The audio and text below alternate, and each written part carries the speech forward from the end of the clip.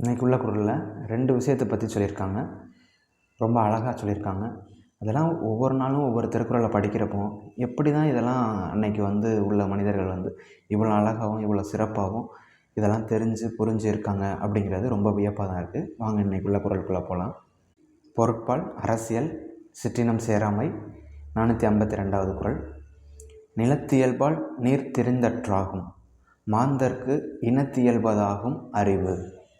அதாவது ஒரு நிலத்தின் தன்மையால் அதில் சேரக்கூடிய, அதில் பாயக்கூடிய, அதில் இருக்கக்கூடிய நீரின் தன்மையும் மாறுபடும்.